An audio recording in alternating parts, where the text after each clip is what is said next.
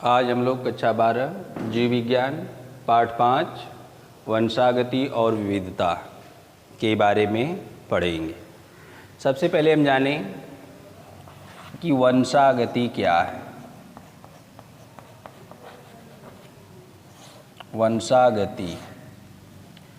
वंशागति का अर्थ यह होता है कि प्रत्येक जीव किसी जीव जाति का सदस्य होता है। यह नश्वर और मरणशील होता है। एक आयु के बाद इसकी क्या होती है? मृत्यु हो जाती है। फिर भी पृथ्वी पर इस जाति का अस्तित्व बना रहता है, क्योंकि मृत्यु से पहले प्रत्येक जीवधारी प्रजनन द्वारा अपने ही तरह संतान उत्पन्न करता है। वंशागति क्या है? प्रत्येक जीव पीढ़ी दर पीढ़ी अपने गुणों को संचारित करता रहता है। उसे हम वंशागति कहते हैं। जैसे आनुवंशिक विशेषज्ञों में एक पीढ़ी से दूसरी पीढ़ी में जाने अर्थात प्रसारित होने की प्रक्रिया आनुवंशिकता या आनुवंशिकी कहलाता है। मतलब माता पिता का गुण उनकी संतानों में पीढ़ी दर पीढ़ी जाता रहता है।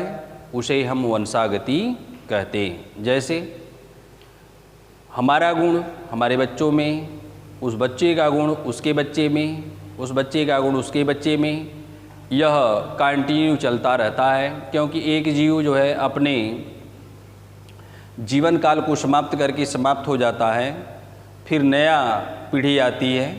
वह पीढ़ी जो है फिर पुनः अपने आप को समाप्त करके फिर नई पीढ़ी को जन्म देता है। इस तरह से इस वातावरण में जो है जीवों का संतुलन बना रहता है। अगर एक जीव अपने तक ही सीमित हो तो वह वहीं तक रह करके फिर समाप्त हो जाता है, लेकिन अपने पीछे किसी को छोड़ जाता है तो वह फिर अगली पीढ़ी इस तरह से वह चलती रहती है। अब हम पढ़ेंगे आधुनिक वंशागति की नींव। विविधता थोड़ा सा देख लें। विविधता हमने पढ़ा जो है वंशागति की माता पिता के गुण जो है एक पीढ़ी से दूसरी पीढ़ी में संचरित होते रहते हैं, वंशागति कहलाता है। विविधता का अर्थ यह होता है प्रत्येक जीव जो है, जितने भी इस पृथ्वी पर 84 लाख जीव हैं, सब एक दूसरे से भिन्न हैं। इसी कारण से भिन्नता के कारण ही, विविधता के कारण ही वह आसानी से पहचाने जाते हैं। जैसे एक माता पिता की 4 संतानें हैं और वह 4 संतान एक समान हों, चारों का नाम एक सा हो, तो अगर हम एक को बुलाएंगे तो चारों चले आएंगे और हम जान नहीं पाएंगे कि कम किसको बुलाए किसको नहीं बुलाए। तो एक ही माता पिता की 4 संतानें हैं और चारों संतानें जो हैं भिन्न होती हैं। भिन्न उनका रंग रूप लंबाई चौड़ाई ये सब जो है अलग अलग होता है, जिसके फलस्वरूप हम आसानी से उनको हम पहचान लेते हैं। यही जो है क्या है? विविधता है। 84 लाख पृथ्वी पर 84 लाख जीव हैं। 84 लाख जीव जो है एक दूसरे से भिन्न होते हैं, लेकिन जो एक जाति के होते हैं वह एक दूसरे से समानता प्रदर्शित करते हैं, लेकिन फिर भी उनमें भिन्नता उपस्थित होती है। अब हम पढ़ेंगे वंशागति। इसके आगे हम पढ़ेंगे वंशागति की नींव। आधुनिक आनुवंशिकी क्या है? आधुनिक वंशागति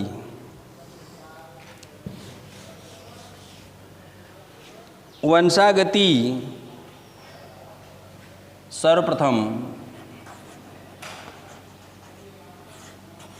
वंशागति के जनक जो है ग्रेगर जान मेंडल है। ग्रेगर जान मेंडल, ग्रेगर जान मेंडल, इन्होंने जो है, इनके पिता जो है ये ऑस्ट्रिया के ब्रून शहर के रहने वाले हैं। इनके पिता जो है पादरी थे और वह जो है किसी कारणवश उनका देहांत हो गया और यह उनके पद पर आसीन हो गए। उसके बाद जो है इन्होंने जो है इनके मन में अचानक एक बात आई कि हम उद्यान में मटर का पौधा लगाएंगे। उस समय अनेक वैज्ञानिक जो है वंशागति पर खोज कर रहे थे, लेकिन इन्होंने जो है मटर का जब पौधा बोया तो देखा कि कुछ मटर जो है लंबे हो जा रहे हैं, कुछ मीडियम साइड के हो जा रहे हैं, कुछ जो है बौने हो जा रहे हैं। फिर उन्होंने क्या किया कि लंबे को एक जगह कलेक्ट किया, उससे छोटे जो है उनको एक जगह कलेक्ट किया, जो सबसे छोटे हैं उनको एक जगह कलेक्ट किया। किसी का पुष्प जो है लाल रंग का है, किसी का बैगनी कलर का है, किसी का पिंक कलर का है, सबको जो है इन्होंने अलग अलग करके जो है एक जो है इन्होंने जो है पुस्तक बनाया, एक पुस्तक बनाया। उस पुस्तक में इन्होंने जो है अपने 3 सिद्धांत प्रस्तुत किए। कौन कौन से सिद्धांत थे? पहला उन्होंने सिद्धांत था पहला सिद्धांत था प्रभाविता का नियम। प्रभाविता का नियम। दूसरा था स्वतंत्र अपव्यूहन का नियम। स्वतंत्र अपव्यूहन का नियम। और तीसरा था पृथक्करण का नियम। तीसरा था पृथक्करण का नियम।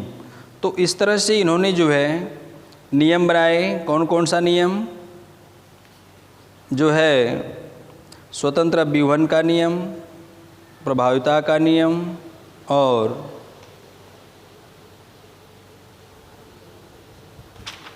प्रभाविता का नियम, स्वतंत्र अपव्यूहन का नियम और पृथक्करण का नियम। 3 नियम बनाए।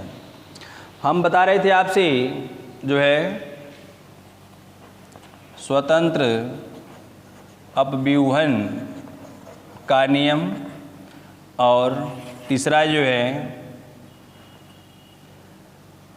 पृथक्करण का नियम।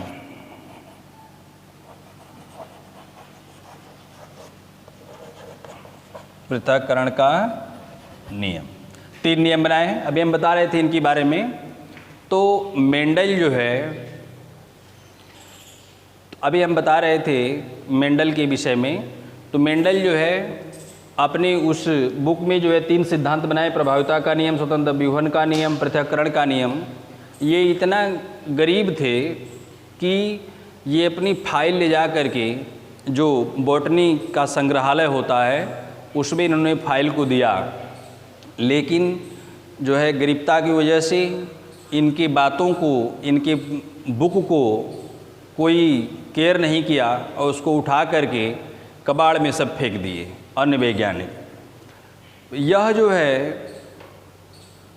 है अन्य वैज्ञानिक जो है आनुवंशिकता पर खोज करते करते एकदम थक गए, कोई रिजल्ट नहीं आया। तो एक वैज्ञानिक ने कहा कि एक व्यक्ति जो है एक ठो फाइल आनुवंशिकता पर जमा किया था, हम उसको देखें कि क्या वह नियम दिया था उसमें। तो इन्होंने जो नियम दिया था वह नियम एकदम सटीक सुसटीक बैठता गया, सही टू सही बैठता गया। तब जा कर के, तब तक ये मेंडल साहब मर चुके थे। मरने के बाद जो है इनको जो है वंशागति के जनक के रूप में जाना गया। उन्होंने कहा कि जो है यही जो है वंशागति के जनक हैं।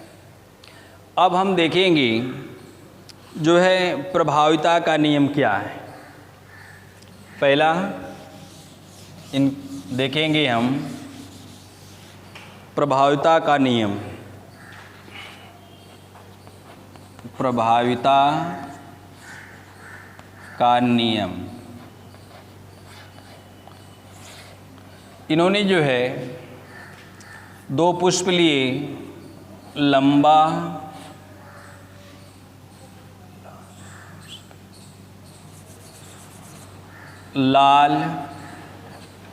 लाल पुष्प, सफेद पुष्प, लाल पुष्प और सफेद पुष्प। लाल को जो है उन्होंने कहा प्रभावी,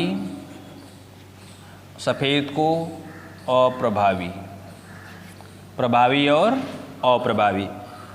लाल पुष्प और सफ़ेद पुष्प से इन्होंने क्रॉस कराया तो F1 पीढ़ी में, प्रथम पीढ़ी में जो है सभी के सभी लाल पुष्प वाले ही पौधे उत्पन्न हुए। सेकेंड पीढ़ी में, F2 पीढ़ी में लाल प्लस लाल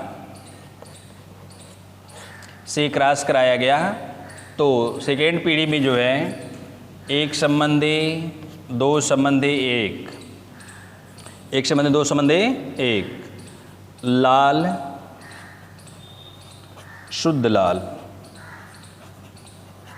दूसरा संकर लाल, संकर लाल, तीसरा शुद्ध सफ़ेद।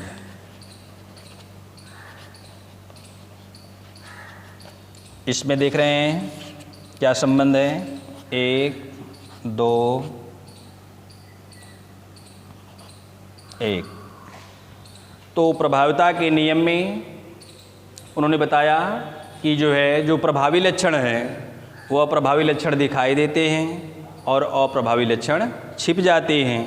फिर सेकेंड पीढ़ी में जो है क्या होता है कि लाल पुष्प और संकर लाल शुद्ध लाल, इसमें जो है सेकेंड पीढ़ी में एक तो शुद्ध लाल होता है, दो ठो संकर लाल होते हैं और एक ठो शुद्ध सफ़ेद होता है।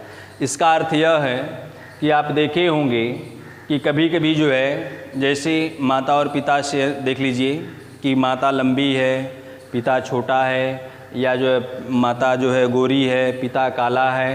अगर उनसे जब बच्चे पैदा होते हैं तो वह कोई गोरा हो जाता है, कोई काला हो जाता है और कोई जो है मध्यम वर्ग का हो जाता है। तो इस तरह से जो है यह हमें ज्ञात होता है कि जो है एक दूसरे का अगर क्रॉस विपरीत कराया जाता है तो जो उनमें प्रभावी गुण है, प्रभावी गुण का मतलब जो एक्टिविटी उनके अंदर का जो जेनेटिक पावर है वह जो है क्या है, जिनका अधिक होगा उनका गुण जो है वह दिखाई देगा और जिनका गुण जो है थोड़ा सा लो होगा वह दिखाई नहीं देगा। तो उसी में आप देखें हैं लाल पुष्प और सफ़ेद पुष्प, लाल पुष्प और सफ़ेद पुष्प के बीच जब क्रॉस कराया जाता है तो F1 पीढ़ी में सभी के सभी क्या हैं, लाल पुष्प हैं क्योंकि प्रभावी गुण है। फिर पुनः सेकेंड पीढ़ी में लाल प्लस लाल से क्रिया कराई जाती है तो एक ठो लाल होता है, दो ठो संकर लाल का मतलब इसमें शुद्ध लाल भी होगा और सफ़ेद भी होगा, इसलिए इसको संकर कहा जा रहा है। और तीसरा जो है क्या है, वह सफ़ेद होता है।